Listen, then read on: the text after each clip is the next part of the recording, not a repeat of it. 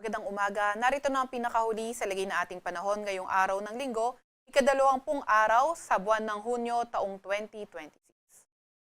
Narito ang ating pinakahuling satellite image kung saan may minomonitor pa rin tayong bagyo sa labas ng ating Philippine Area of Responsibility. Ito ay nasa tropical storm category na at merong international name na Mekhala. Ito ay galing sa bansang Thailand. Kaninang alas 3 ng madaling araw, huli itong namataan sa layong 1,665 kilometers silangan ng southeastern Luzon. Nagtataglay ng lakas na hangin na 75 kilometers per hour malapit sa sentro at bugso na abot sa 90 kilometers per hour. So, posible nga itong pumasok na ng ating Philippine Area of Responsibility ngayong late afternoon until tomorrow.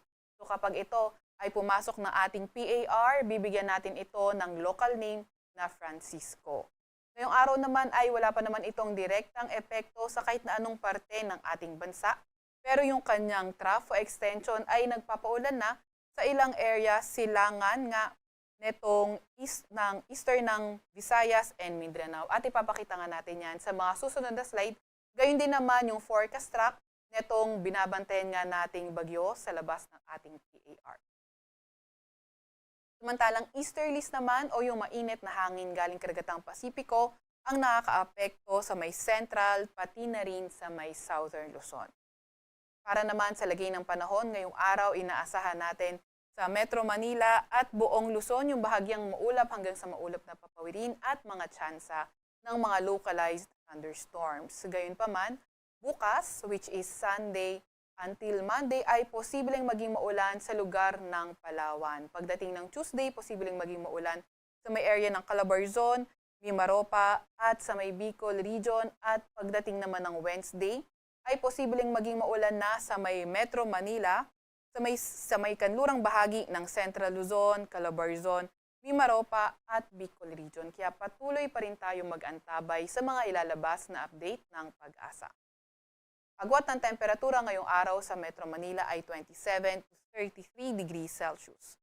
18 to 26 degrees Celsius sa may Baguio at 26 to 34 degrees Celsius naman sa may Legazpi. Agwat ng temperatura sa may Puerto Princesa ay 26 to 32 degrees Celsius. Para naman sa lagay ng panahon sa may Visayas at Mindanao area, inaasahan nga natin yung trough ng bagyo sa labas ng ating Philippine Area of Responsibility ang magdadala ng mga paulan. Dito yan sa may Eastern Samar, sa may Southern Leyte, Dinagat Islands, pati na rin sa may Surigao del Norte.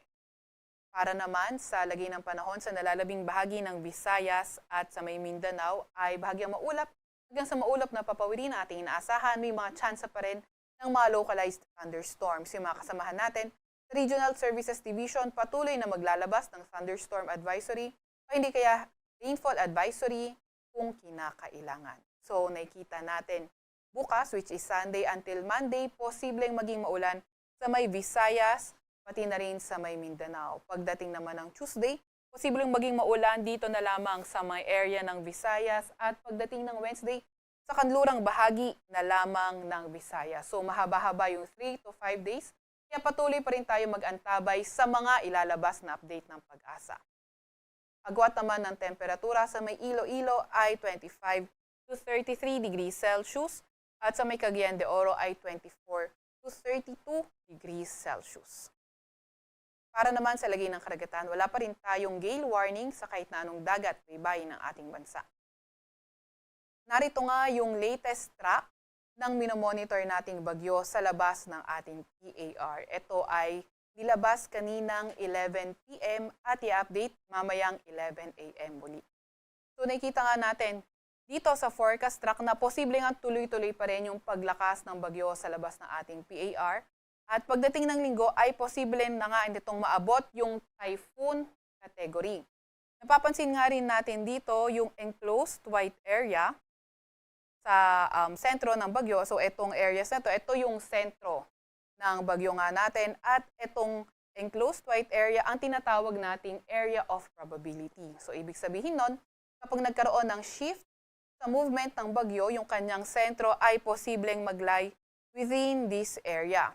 So napapansin nga natin na although sa malaking bahagi ay hindi naman tinatamaan yung landmass ng Philippines, pero pagdating dito sa later days ng ating forecast ay yung Hilaga at silangang bahagi ng Northern Luzon ay nasa loob na ng area of probability. Kaya hindi nga natin niro-rule out yung paglapit ng bagyo dito sa may hilagang bahagi ng Northern Luzon. So, Hilaga at silangang bahagi ng Northern Luzon. So, kaya patuloy pa rin tayo mag-aantabay sa mga ilalabas na update ng DOST Pag-asa.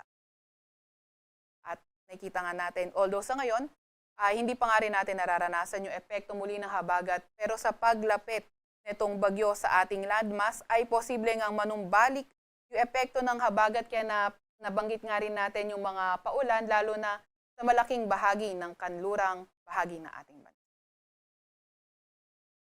Sa Kalakhang, Maynilang araw ay sisikat ng 5:28 ng umaga at lulubog ng 6:27 ng gabi.